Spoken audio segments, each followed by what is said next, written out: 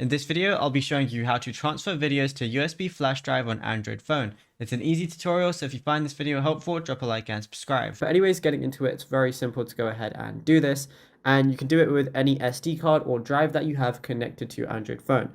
So what you want to do is connect them via a wire. For example, I have mine currently connected via USB-C. So all I want to go ahead and do is then locate the My Files application. As you can see, I have USB storage 1 right here, but obviously if you have an SD card or anything like that, it's going to show up here as well.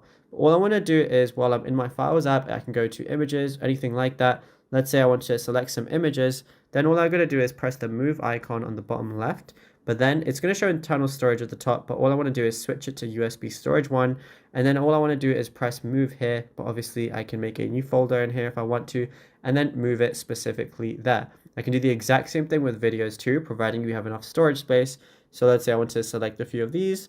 What I'm going to do is press move again, go to USB storage, and then I can move them here. And yeah, it's literally as simple as that. There is nothing else to it. You can do this as many times as you want, providing you have enough storage, and it is very quick. Just make sure you're trying to use a high-speed wire if you're able to, and then you should be good to go.